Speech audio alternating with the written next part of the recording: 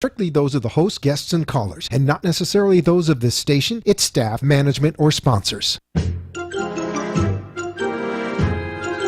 Welcome to the CareGiver reality show with your hosts, David Levy and Paul Vadiato, who bring you more than a combined 25 years of practical experience, helping thousands of family caregivers, helping them find solutions to the challenges and frustrations presented by this important responsibility. So if you are in the position of caring for a spouse or a parent, a loved one who is no longer able to care for themselves, or if you know someone who is, this hour will be worth the listening. Now, let's tune in to today's edition of CareGiver Reality with your hosts, David Levy and Paul Vadiato. Good evening, South Florida, America, and the world. It's Tuesday at 5 o'clock, and this is the CareGiver Reality Hour. And you can watch us on caregiverreality.com, wwnn.com. You're listening to us on 1470 AM if you're here in the South Florida area, or on iHeartRadio anywhere in the world. We also get carried on our producer station, AMP number 2.tv. So, as we always say, there's no excuse not to see us or hear us. And because last week, Paul was wearing the bright pink shirt, today I had to get even, and those of you that are watching know that I'm wearing my bright pink shirt, and Paul's wearing his blue one. It's actually my shirt he's wearing. Oh, well, you know, we didn't discuss it in advance, and he left it at my house. But be that as it may, we got a great show for you tonight. We have a doctor on by the name of Bruce Hinden. He's a multiple board-certified specialist in pain. And so he's not only a pharmacist, he's a doctor of osteopathy, he's an anesthesiologist, and he's the real deal. Pain management specialist. And so, isn't your wife seeing him as well? Yes. All right. Yes. So this is somebody worth waiting to listen to. He'll be here in a few minutes. I guess he was rendering care and is stuck on I-95, but hopefully listening to us. Bruce, Dr. Bruce, if you're out there, come on. We're awaiting you with open arms. Anyway, we always start the show with Paul. How was your week in caregiving? Good evening, David, and good evening, everyone out there. Thank you for joining us once again this week. David, we were actually visiting with Dr. Hinden yesterday, and my week in caregiving, and he really clarified. He says it actually is a medical condition. It was a week of care and doctor fatigue is what he described it as, and I guess I had a little case of caregiver fatigue as a result of it. Right. But you know, it's literally, for those of you who take care of someone, bouncing back and forth to multiple doctors in a week, appointments, waiting rooms, traffic, hustling to get things done. Pharmacists, the VA. It really is, and my dear bride was just physically exhausted. She's been pretty much napping most of the week, but she is, by and large, when she's awake, feeling a little bit better. So that's good. Yeah, I mean, all of the stuff is starting to pay a little bit of dividends. Good. All right, and hopefully. How about Suzette? Suzette had an okay week. Well, last night I slept on the couch, not for any marital harmony issues, no, but I was going to try and leave her to herself to see if she would get a better night's sleep. And then she got up this morning and went right back to sleep on the couch when I got up. I went to go out to meet my daughter for a few minutes. I hadn't seen her this past weekend. We usually do breakfast together. And by the time I got back, she was sleeping out on the porch on the couch until it started to pour. And boy, if you were in Boca today, it rained. And then she moved in. She was going to go work in her office, and the next thing I know, she was asleep on her couch in the office. So this has been a sleepy day. I am sure she will be up, roaming the house tonight. And how's the tremors? Tremors aren't good. The problem is that in order to treat her dysautonomia, it requires a bunch of our audience may know SSRIs, serotonin reuptake inhibitors, stuff that keeps that serotonin in your brain so that other things that she has work better. But what it does, it affects many times your fine motor coordination. Right. And so if you have an essential tremor to begin with, it really turns it, into a major tremor. And as a result of that, she's been having a difficult. We lost our last wine glass yesterday. No, I kid you not. And she used to do ceramic work, and she used to do with the little glass squares and glue them on things. We have some wonderful things around the house, mosaic work. And she said, I always save the broken stuff, for the day I get back to doing it. Well, we have half a bushel basket full. You got a lot of mosaic material. Right, of broken, blue dishes or blue pattern dishes that we have accumulated very quickly. And unfortunately, it's because of this tremor. And so we now have 2 plates. She can't break the spoons and forks, but thank you for asking, but this tremor is it's just as bad as a lot of other things. It's the stacking up of one symptom on top of the other. And for those of our listeners who have loved ones with any autoimmune disorder, it's just tough. It's like one pops up, you get that one controlled, and then it pops up somewhere else, and each medication creates additional problems. It's just a nightmare. Yes, it is. And let me tell you, it's gotten to the point where, seriously, I'm thinking about getting her a stamp with her signature, because there's no way she can hold a pen and sign her name that's even legible. So scary. It is scary. It's very scary. David, before we go on, I do want to thank our listeners out there who have visited us on our Caregiver Reality Facebook page. We've accumulated a lot of followers, for which David and I are both so grateful, and also the dialogue that you are beginning to establish with us on Facebook. We try to present a wide variety of topics that we think are of interest to you. They're certainly of interest to us, and we think they're very important. Your feedback is really welcomed. We want this Caregiver Reality Hour to become your program that you can come to get that high-quality advice, and our Facebook page is just an extension of that. And while I'm mentioning the Facebook page, again, caregiverreality.com is just loaded with helpful, useful information, and that's always available, including archived episodes of our program, Caregiver that go back Reality, 8 months. 8 months, Yep. and also the support groups that you can go and visit. And for those of you that don't have a local support group, it's as close as you go to come to attending one, and they are fabulous. Right, and even if it isn't topic specific to you, it gives you a good feel for why caregiver support groups work so effectively. They really cohese as family, and it makes a very, very big difference. I posted yesterday on the Facebook page a podcast from a woman by the name of Suzanne Mintz. I've known her. We all got started in caregiving kind of at the beginning of time.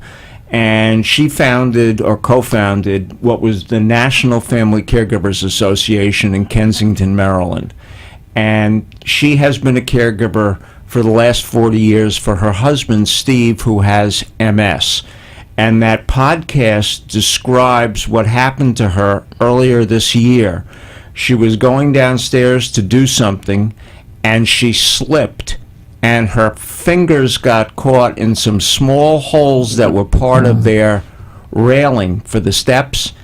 And not only did they become wedged, but she continued to slide. And not only did she broke a toe, which wasn't as bad as that could be, but she totally stretched out her shoulder. And I believe also dislocated it from the socket. Wow. Even though her husband heard her and eventually came out in his wheelchair, there was nothing that he could do. After a period of time, she was able to kind of turn herself around, take the good hand, pull herself up enough to get her fingers out, called 911. But she did this podcast, and it is really from a woman who's been involved not only in hands-on caregiving the way Paul and I have been, founded an organization the way we have, but then relates what it is like to be a wounded caregiver, still with all of the responsibilities that she has, because her husband can do virtually nothing at this point without her.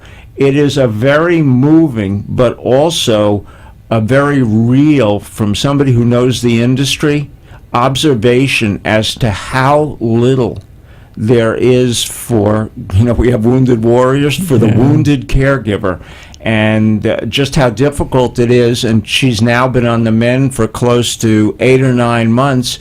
She still has problems, but it's a very moving piece, and it's worth listening to. There's a link on our Facebook page. There's a link on our Facebook Perfect. page right to the podcast, and you can see it on Facebook/Caregiver Reality. David, I think for those of us who are caregivers, in the back of our mind, that's really one of our greatest fears, is that what will happen if, God forbid, something were to happen to us?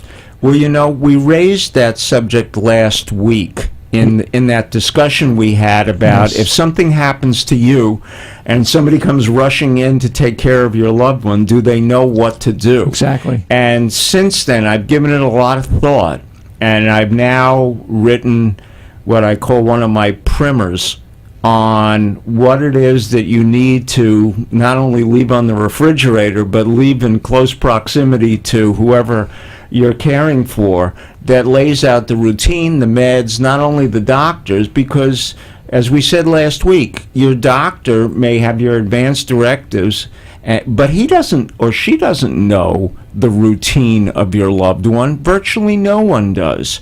And it's real important, so that it makes not only somebody who's got to step in to do the job, but the person that they're caring for, because it also explains their likes and dislikes, so that you don't go ahead and make a mistake by doing the wrong thing that intuitively you think is right, but for that individual is wrong. So I'm having it fine-tuned by our editor-in-residence, Brenda Bryan. Thank you again, Brenda.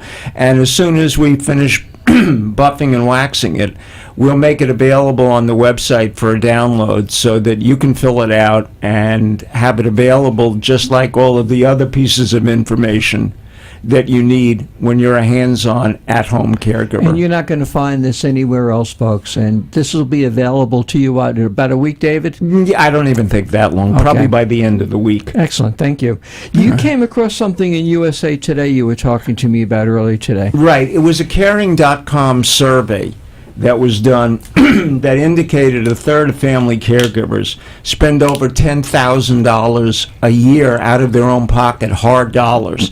Now, this is not, excuse me, this is not also calling into question, if they're working caregivers, what they may lose in lost time, contribution to an IRA, pension, et cetera, and also what is their cost as an unpaid family caregiver. So I did some quick numbers. Okay. And about a third of those family caregivers spend 30 hours or more a week on caregiving. And a third spend more than $10,000 in hard cash. So if we assume that a third of the 60 million caregivers are out there, that's 20 million caregivers times $10,000 is $200 billion that they're spending out of their pockets. Unreimbursed. Unreimbursed. Yes, maybe there may be some, if they're medical expenses, once you have a higher amount, but if you recall last week when we had on Dan McGrath, he indicated that 7.5% adjusted gross above which you can deduct medical expenses is going to 10%. So it may exclude many people from being able to avail themselves. But if I look at that same third of those 60 million unpaid family caregivers, 30 hours a week, 52 weeks a year is 1,560 hours. At the minimum wage of $10.10, that's $312 billion that they are contributing in unpaid care. So not only is money coming out of their pockets, if they're working, it's coming out of what they need for retirement and savings, and indirectly, that's a minimum if we could find people that could work for $10.10 an hour. So the uncovered cost of caregiving, as Andy Cohn, who's CEO of Caring.com, said, really catches people by surprise. And a third of those caregivers, when they did the survey, felt that they had no sources of support to turn to. 65% they were caring for somebody with Alzheimer's disease or another dementia. 60% live with the person they're caring for. So in case you don't think this is all going home, this is absolutely the case. It's happening at home. And 20% of the people caring for that are caring for a person live in assisted living, nursing home, or a senior community. And lastly, 43% of caregivers who had to pick a senior housing option for the person they love, that decision had to be made within a month, and 21% took 6 months or more to make the decision, because, as we continually say, we know how to buy a car, but we don't know how to buy assisted living, dementia facility, and or be able to understand and how to buy a nursing home. And before we go to our break, I want to just make mention of one other thing. Arden Court, who are a great assisted living memory disorder, and both of their directors were at Scott Solkoff's Elder Concert this past Saturday that you and I facilitated. Well done. The job is very fabulous. well done. Kudos to Scott and the rest of his team, and they were absolutely great. But Arden Court, the one up in West Palm Beach on Village Boulevard, is having a doctor tomorrow night, or rather on Thursday, who will be discussing Alzheimer's. This is the one on Village Boulevard. Unfortunately, I didn't have the number with me, but if you look it up in the phone book, or if you call the one in Delray, all right, which is 561-498-5552, they can put you in touch, give you the number, because it's going to be 2 to 4 in the afternoon. If you have a loved one, you can bring it. They need to know that, so they'll make arrangements. And it's an eminent neurologist, and it's worth the time if you feel that you've got a situation that's aborting or happening right now. And so go ahead, call that number, 561-498-5552, and let us know, or let them know, rather. And there's no charge. And there's no charge for that. So thank you again. And the director up there, Sunny Netto, we saw her on Saturday. She's a pleasure to work with. Give them a call. If you've got a situation in North County, they definitely are the people to talk to. It's about 5:25. We're going to take a break, and when we come back, we will have our guest, Dr. Bruce Hinden, and Paul, you'll take over from there because you know him well. And so, break it is. Is he here? CFC support helps fund research. You can too. Each year, thousands of men and women serving their country in the U.S. military, as well as other employees of the federal government and the U.S. Postal Service, provide support for medical research to find treatments and cures for diseases.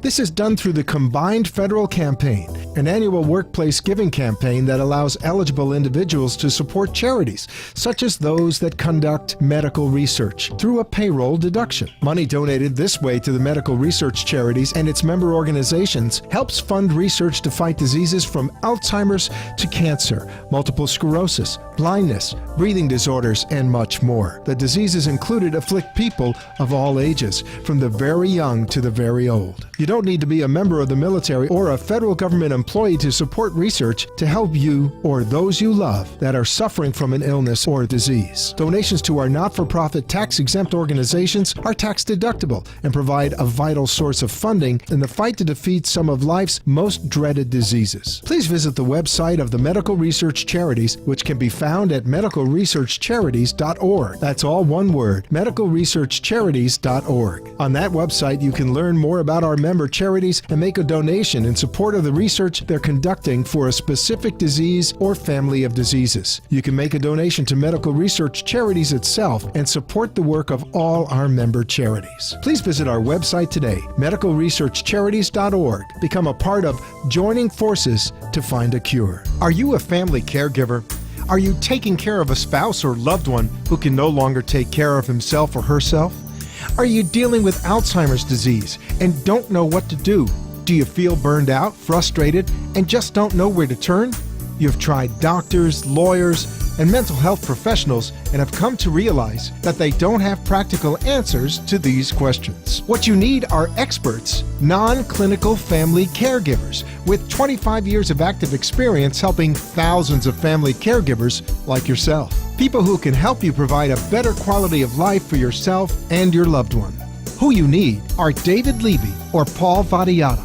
Reach David at caregiverreality.com or reach Paul at caregiverreality.com and let them help you pick the right path towards improving the quality of life for you, the caregiver, and your loved one.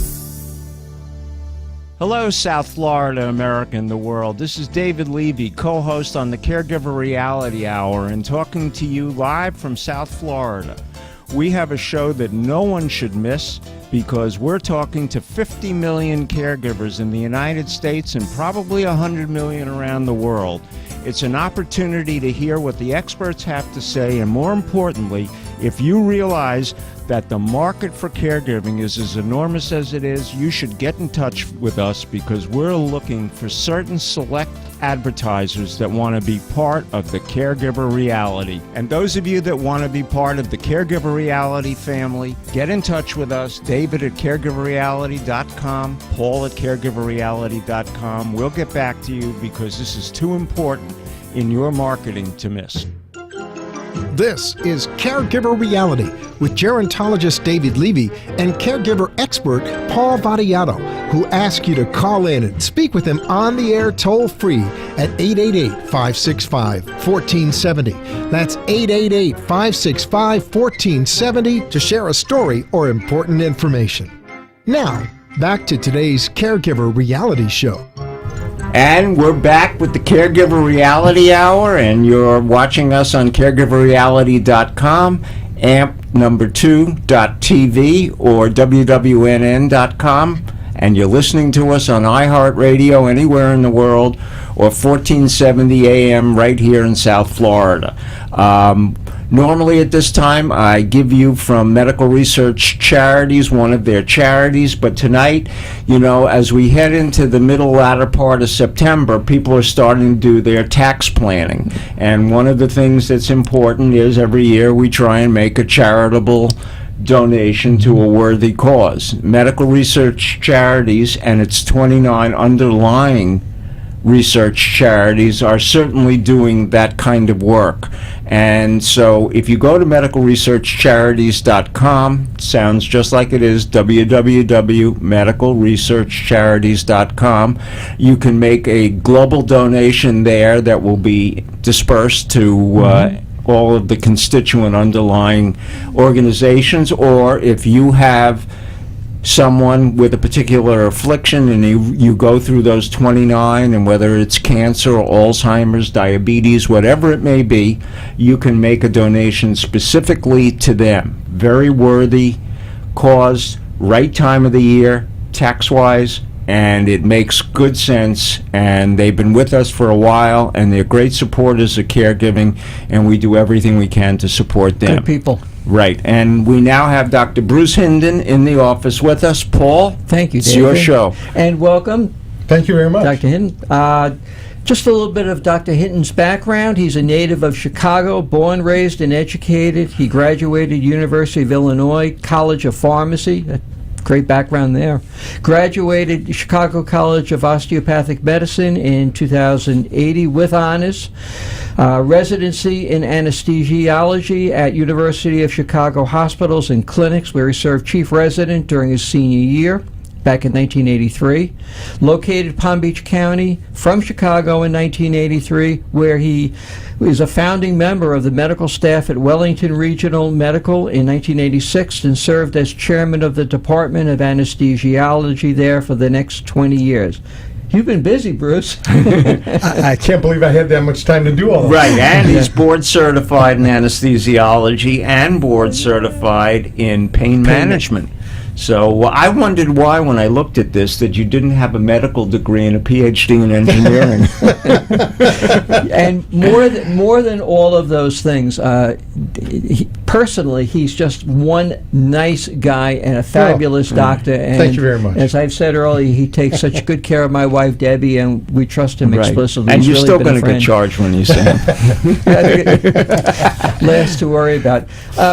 Dr. Hinton, last time we were together in the office, you were talking about how some of the basics of medicine has changed, and we always talked about taking the vitals of a patient. And I remember many, many years ago, pain was one of those vitals, and it seems not to be there anymore, or it's less there now. Can you talk about that a little bit? Sure. When I first started, even my medical career not that long ago, the vital signs included blood pressure, respirations, patient's temperature, etc. But we realized that pain is a really important factor in a patient's overall well-being.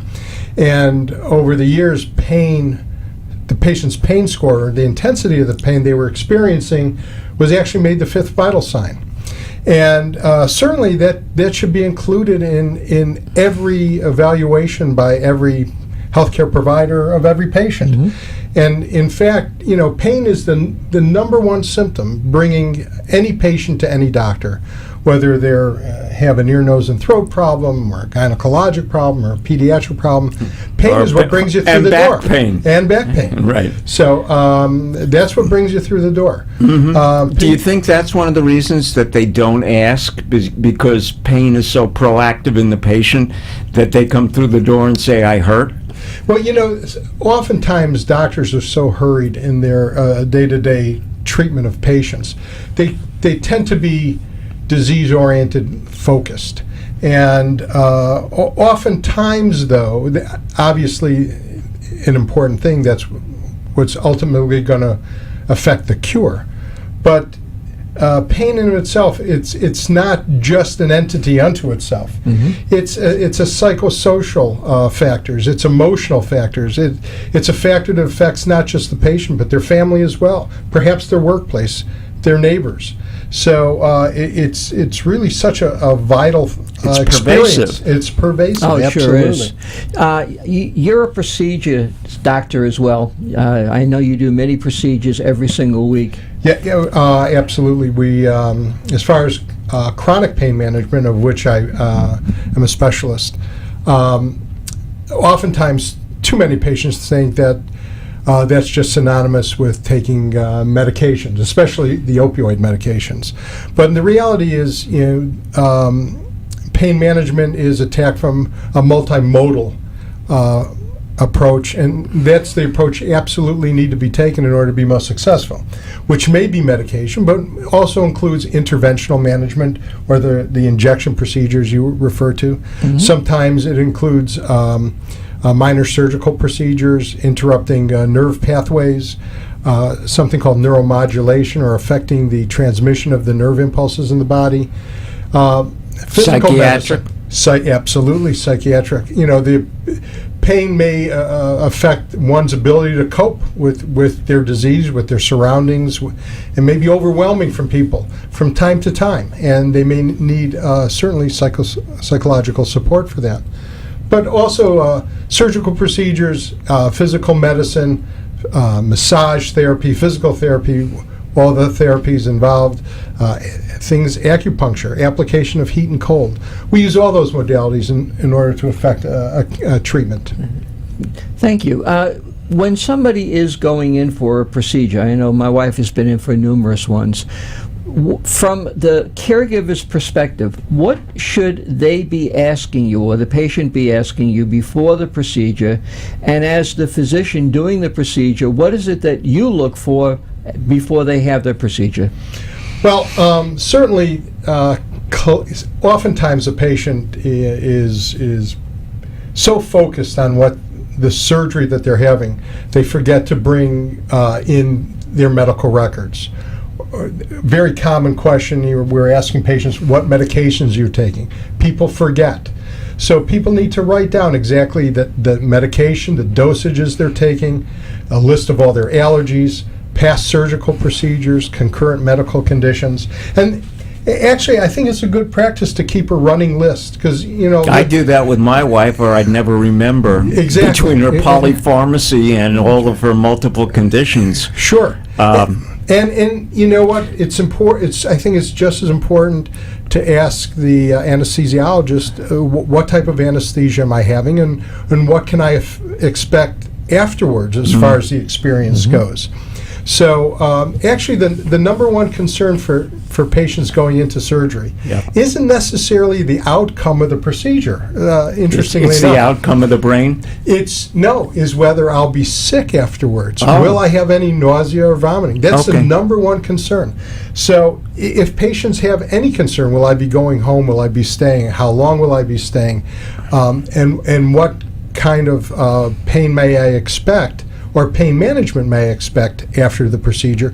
I think those are all topics that should be on the table and discussed before the patient is being rolled into the operating room. And also following the pre-op instructions. Yeah, absolutely.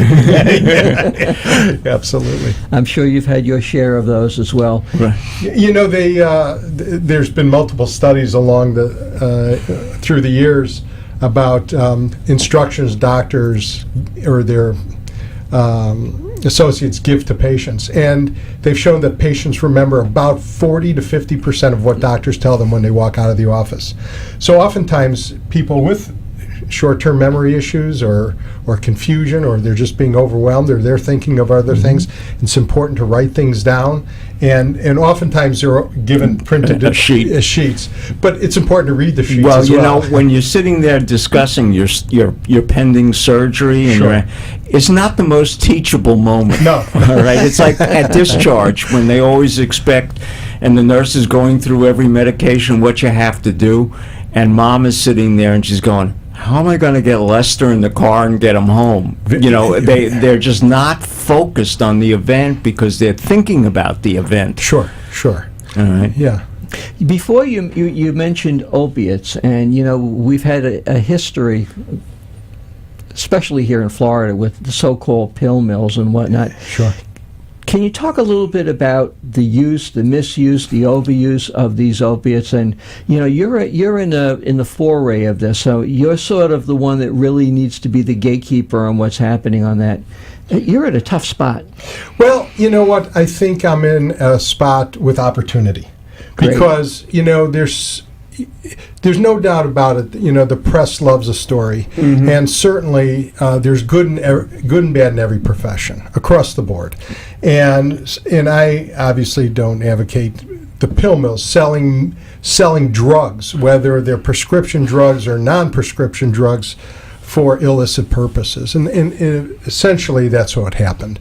And you can read stories all along the line. There were multiple loopholes, which the state has since tightened up. In my mind, some of the loopholes may be too much. It's difficult for legitimate patients with legitimate prescriptions from legitimate doctors now to get them filled. Them filled. Right. I think it's a huge issue. I think that's an issue now that we need to discuss. But opioids are a useful drug. Certainly morphine and their derivatives have been used for hundreds of years successfully to treat pain, but it's not the only thing that treats pain.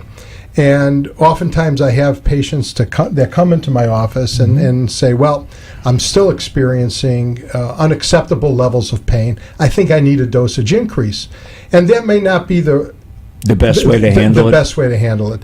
We use medications from a whole host of different pharmacologic actions in order to get the best effect, and sometimes less is more. Right. So there's appropriate uses of drugs, but they're certainly effective. I certainly, as a pain management specialist, use quite a few of them, and I've seen just the drugs or drug regimes giving people their lives back, because really that's what it's about.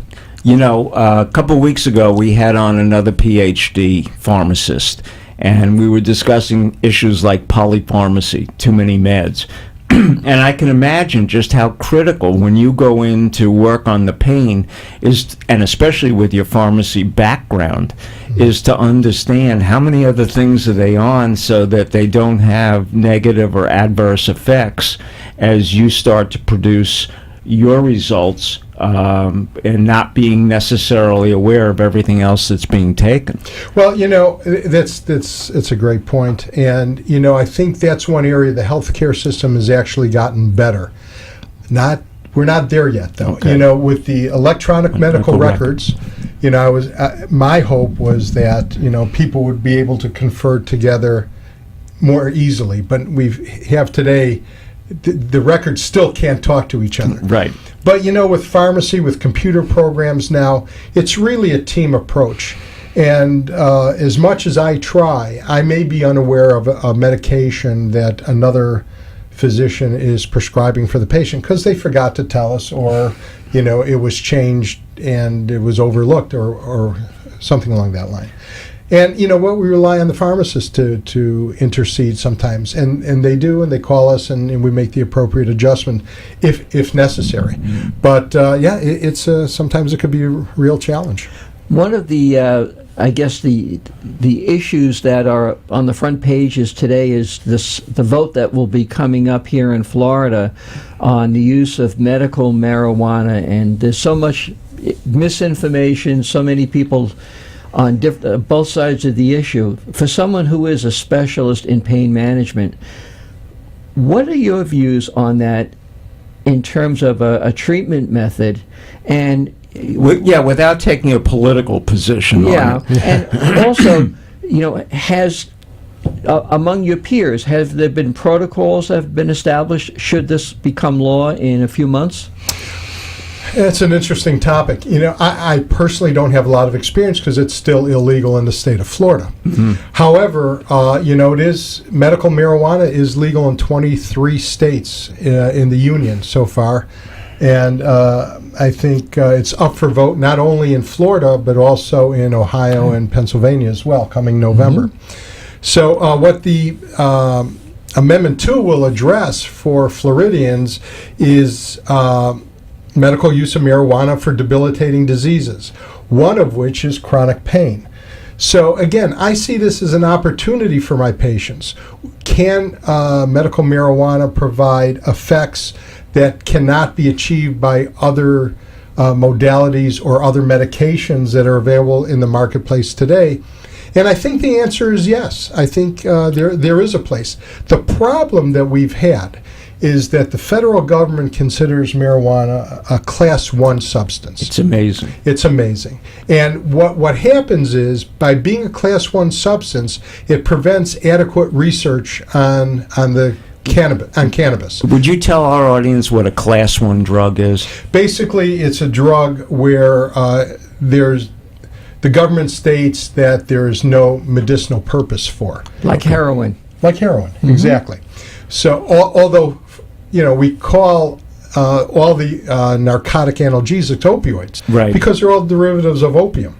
One of the derivatives of opium is heroin. Right. You know, but you know, a few carbons here and a few hydrogens there, and you have morphine, and then you have codeine and hydrocodone and all the drugs we use today successfully.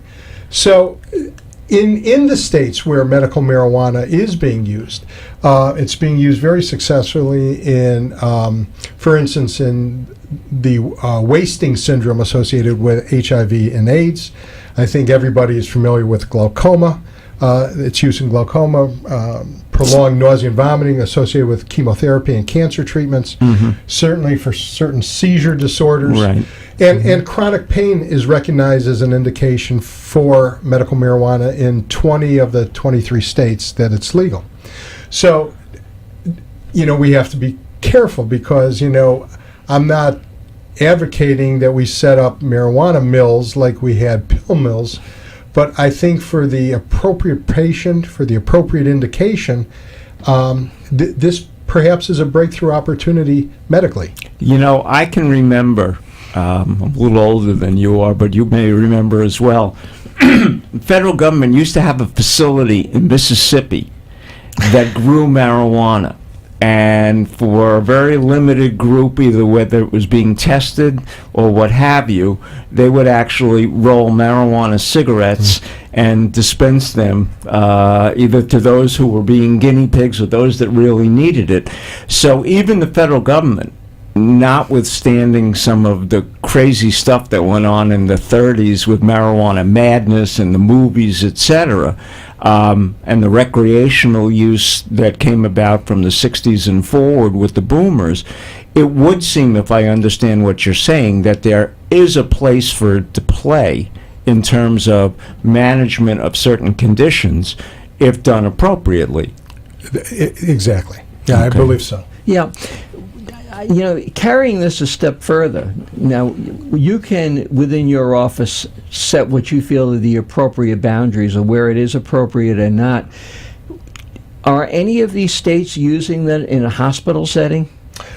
I believe Marinol is being used in the hospital setting, which is the oral form of cannabis. But we've known for many, many years that the oral ingestion of THC, the active ingredient, is really not the best way to administer this. The absorption is very erratic. The absorption is very slow. And quite honestly, if you look to the public and you look to the people who actually need this drug, if diabenol, or the trade name for the oral cannabinoids, were so effective, people would not risk, going outside of the law to go and smoke marijuana. It's obviously not the same as far as absorption capabilities. It's obviously not the same medicinal effect. So there goes the whole brownie theory. There goes. Sorry to say, as a brownie lover. Right. However, like I say, I'm not. This is nowhere near to be a definitive discussion because much more research needs to be done. Right. Looking out, with the Affordable Care Act and just the technology advances that are coming, what do you see in the years to come within your specialties of anesthesiology and pain management that we might look forward to helping quality of life? I think you hit it right on the head, Paul. I think it's a quality of life issue. There's no doubt, if you look over the last even 50 years, look how life expectancy has changed. There's so many medical as well as social issues at play. When Social Security was established, people retired. They were expected to live, 2-3 years longer, and that's what the federal government was anticipating paying for. Now look at the pickle we're in because people are living not 2 or 3 years longer, but 20 or 30 years longer.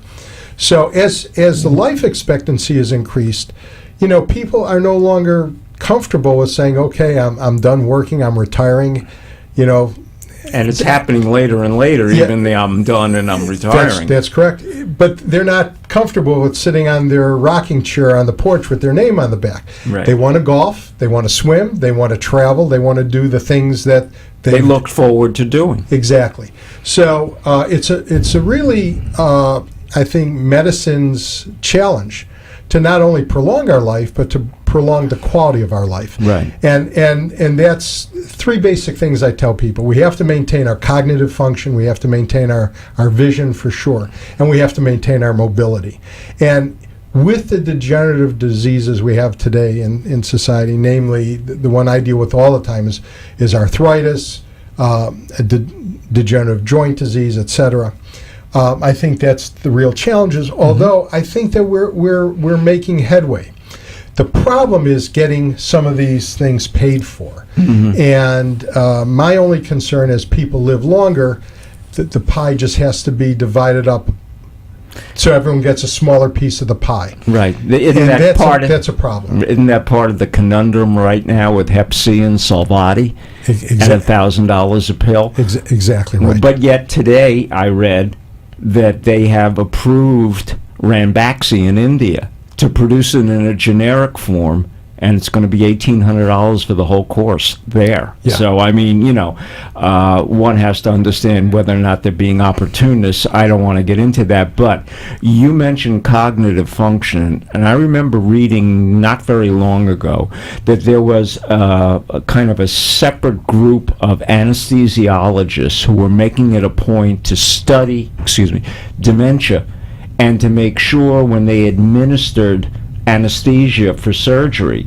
that they had a better handle on what the outcomes might be because of the apparent risk at times of anesthesia exacerbating some forms of dementia. Yeah. Could you comment on that? I really can't. I'm not aware of all the research.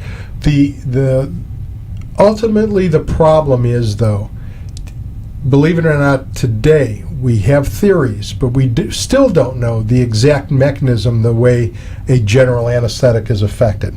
And when people subject themselves to general anesthesia, certainly it's an array of events that happen. It's just not a matter of falling asleep, because we fall asleep every night, but we're certainly not anesthetized. Right. If someone put a match between our toes, we'd be up. We'd be up. If someone puts a match between your toes while your gallbladder is being removed, hopefully you won't move. So it goes beyond sleep, and it has to do with some of our brain functions, and I think this is what you're alluding to. Yes. And years ago, and it's a rare event, but still there are some case studies of what we call recall under anesthesia. Not necessarily people experiencing pain, but there's some sort of an awareness, when people go under general anesthesia. Of the surgery itself? Of the surgery itself, yeah. All right. And it's an interesting topic. I think it's too maybe broad for this format. Right. But it'd be interesting to see the outcome from those studies related to dementia. Right. I mean, there's always that horror story that you read where they did the surgery and they didn't quite have the individual under enough, and they were aware of the surgery. But I think that's a little more myth than reality, or at least I would hope so. Yeah. I mean, there's also these stories of people losing their ability to do fortune telling after having an MRI exam. Okay. Well, one more thing you could be blamed for. Right. I don't know. Is that covered under malpractice? So we have just a few minutes remaining, and we're so fortunate to have you here with all of your experience. What would you want our audience, which is literally all over the world, to take away with them from your years of experience and advice? Well, I think what I'd like to educate people on foremost is just not to accept pain, chronic pain, as a normal part of life. As a default setting, correct. So many people don't even realize that chronic pain specialists exist, because all doctors are trained in medical school to treat pain, but they're trained to treat acute pain. And acute pain and chronic pain are two totally different things. Acute pain is actually a protective mechanism. When we touch a hot stove, we want to know we need to remove our hands. But if we have that burning sensation in our hands for 3 to 6 months, it's not the same mechanism. Mm-hmm. So chronic pain, we realize as a science, is different than acute pain, and there are specialists out in the world to treat chronic pain. And if they're not getting adequate treatment from their internist or their GP or whatever doctor they're under the care of, that you're the proper referral for chronic pain management may be an alternative to them. Yeah, certainly. All right. Well, this has been very, very interesting, because a lot of our audience, there's a lot of myth and stereotype right now surrounding pain management, pain clinics. And to see somebody with your credentials, pharmacy, doctor of osteopathy, anesthesiology, and your extensive amount of time at Wellington and other facilities certainly lends a lot of credibility to the pain management field, and takes away, some of that automatic pill mill reference. And I think that what you have brought here this evening is your studious and very carefully thought out response to the questions that we had, because it's not something to be taken lightly. And as you said, acute pain, whether we put our hand on the stove, pain is our body's way of saying something else is wrong, all right? And so we can't ignore it. And I think what you're saying for quality of life, that we shouldn't just accept because we're old or we were injured, that chronic pain has to be a way of life. And it's a symptom. That's right. Absolutely. Yep. Dr. Hinden, if someone in our audience would like to see you for a consult, how do they go about making that happen? We have 2 office locations, one both in Palm Beach County, one in the western communities in Royal Palm Beach. The phone number for both offices are the same. It's 561-795-8655. And our second office is on the eastern part of the county, around Lantana in Atlantis, 1550 South Congress, just south of JFK Hospital. Repeat that number again, just in case they didn't get it the first Area time. code 561-795-8655. And besides yourself, how many associates do you have working with you? There are 4 physicians in total. We're all board-certified pain management specialists. 3 of us are also board-certified anesthesiologists, and our 4th specialist is also board-certified in physical medicine and rehab. And we also have 2 nurse practitioners associated with the practice. Wow. So it's like 4 barbers, no waiting. 4 barbers, minor waiting. Okay. So be it. I want to thank you again for being here. Paul had just nothing but great things to say about you in terms of what was going on with Debbie and how you've been handling her. I know that's a difficult situation for him as well as her, and I think your illumination of doctor fatigue, I think it goes one way or the other. Either you look forward to seeing a multitude of doctors every week because it's recreational, or you hate the idea because you're just worn out and burned out from it. Well, you know, I'm really blessed, and it's really fortunate, but this is one area of medicine that is just so rewarding to practice, because when you literally can give somebody's life back, not in the intensive care right, but give them back that their quality of life. Sure. You know, it's so rewarding. Great. Well, you know, David, going beyond the credentials, going beyond the office, Dr. Hinden, Bruce is one of the most caring individuals you would ever want to meet as a patient and for their family. He really takes the time to understand and to make everyone leave there feeling better one way or the other. I know I personally appreciate all that you've done for my family. Well, anyway, South Florida, America, and the world, another hour of the Caregiver Reality Hour has come to almost a close. We hope you enjoyed. Dr. Bruce Hinden certainly illuminated a lot of issues surrounding pain, anesthesiology, the aborting subject of what in Florida is going to be coming up for a vote pretty soon. And next week we have another great guest for you. I won't tell you who right now because Paul's the keeper of that. And we'll be back at 5 o'clock drive time, and everybody be safe. And Paul? Thank you, everyone, for listening. We appreciate it. Caregivers, take care of yourself, and we'll see you next week. All right, and actually we had another moment or two, and I just want to remind people that the new 2014 book on the Family Caregiver Practical Problem Solving Manual is out. It's available on the website, and the award-winning FCOA version of it is available on Kindle. So that's my little spiel for the moment, but you will find inside of there things that the doctor was talking about, including how to construct that list of doctors, medications, conditions, etc., that you should always have with you. And very soon, as we talked about earlier, my little primer on making sure that you leave a very comprehensive list if you as the caregiver get hurt as to what it takes to take care of your loved one who still may be at home. What's their routine? Where are things? Because just because you name somebody doesn't mean that they can just step into your position and automatically have things happen. So the more information that you can tell others about the person you're responsible for as well as yourself, the better off your treatment course will be. Paul? Always is. And, having that list and knowing the physicians and knowing what's going on is such an integral part of being that advocate. Right. And so, caregivers everywhere, you've heard the Caregiver Reality Hour. Thank you again, Dr. Hinden. Thank you very much, Bruce. Right. Thank you.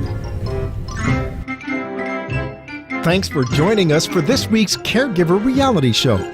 Each week, David Levy, a gerontologist, and Paul Vadiato, a caregiver expert with a combined over 25 years of experience, providing practical and realistic help to caregivers struggling to keep up with the needs of a loved one who are unable to care for himself or herself. To reach David Levy, email him at david@caregiverreality.com.